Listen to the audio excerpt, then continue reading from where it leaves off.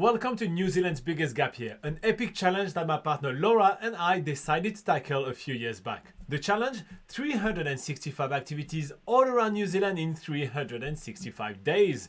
And today we are in the town of Gisborne and it's the part 2 of an epic day, and we are going to check out some most amazing wine in New Zealand. So let us show you what the Millton Winery is all about, and I see you at the end of the video.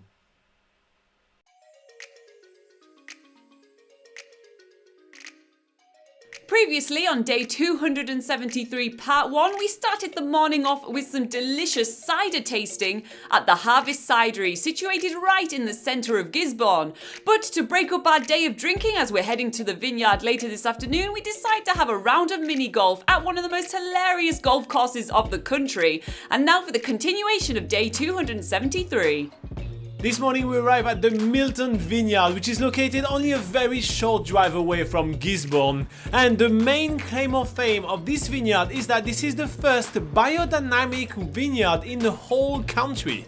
The first thing we notice when we arrive at the Millton Vineyard is the amazing setting. Beyond the gardens is the cellar door full of old French oak barrels, lots of candles with the wax dripping. It creates a really lovely atmosphere. After checking out the cellar, we're invited for a quick behind-the-scene tour. So Simon just asked us if we want to check out how they make their wine. So obviously we're not saying no, right? Simon, which is our host today, is providing us a very informal tour of their behind the scene. It really feels like no two tours are the same with him. He's really answering just our questions and walking us around, introducing us to all the workers, pointing us out a few of the particularities of their process and their labeling. It's just really informal and really fun. I personally feel that I learned a lot during this tour because it's that informal. He's just answering the question that I have.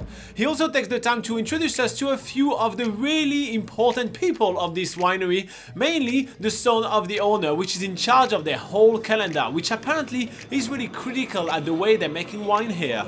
After our behind-the-scenes tour, we are going back to the cellar door and we're on to the good stuff, which is tasting the Millton wines. We are trying all sorts of different wine varietals from Chenin Blanc, Chardonnay, Gewürztraminer, Viognier and Syrah, and I apologise for my awful pronunciation.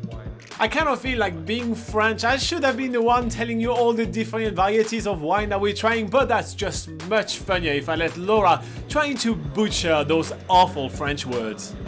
Out of all the type of wines that we are trying, two of them actually stands out. The first one is Chenin Blanc, note the pronunciation, because this is one of the only winery in the entire country that actually does this kind of wine. It's really different than most of the other white wine that you can try in New Zealand.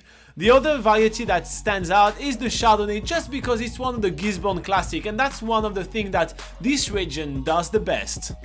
After quite a few glasses, Simon starts telling us a little bit more about the biodynamic and organic culture that they have going on right here.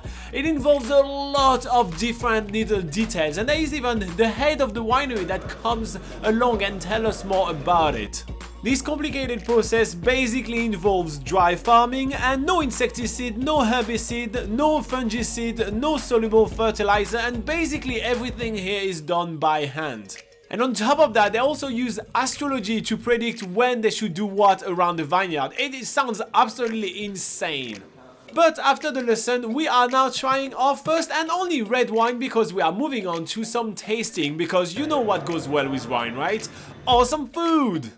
Outside in the garden, we're tasting a delicious cheese and meat platter to go along with a glass of our favourite wine from the wine tasting. We're surrounded by beautiful trees and beautiful plants, and there's even a water fountain nearby which the native birds absolutely love.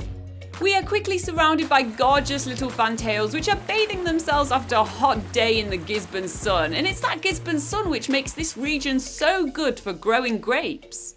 It's a perfect way to end our day trying loads of delicious foods like different types of cheeses, blue cheese, soft creamy cheese, different types of meats as well to go on top of toasted homemade bread.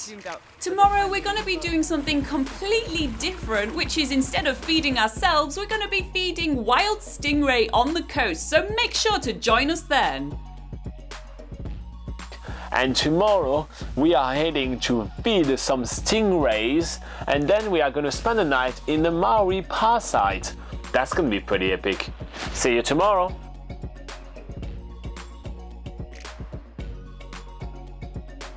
Alright, so usually during this part of the video I go over all the comments that we had the first time we published it, and one of them is actually quite funny, so I'll start with it, and it's from Happy Carlson, and they say, girls are meaner.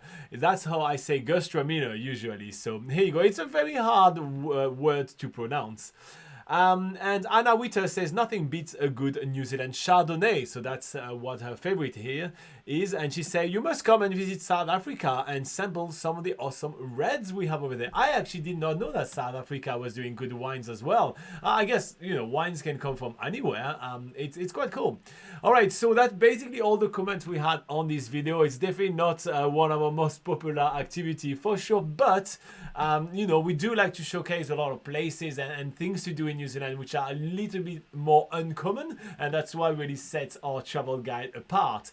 Speaking of our travel guide, you can visit nzpocketguide.com. It's New Zealand's largest travel guide, and there is so many articles, like thousands and thousands of them, to help you plan the best trip ever to New Zealand. And yeah, if you want to interact with us a little bit more, you can head to the NZ Travel Show. So it's happening every single Sunday at 8 AM New Zealand time right here on YouTube, and Laura and I sit in the studio and we answer all your questions about traveling in New Zealand. So make sure to add that to your you know, resource for planning your trip to New Zealand. In the meantime, stay awesome, and I'll see you in the next video.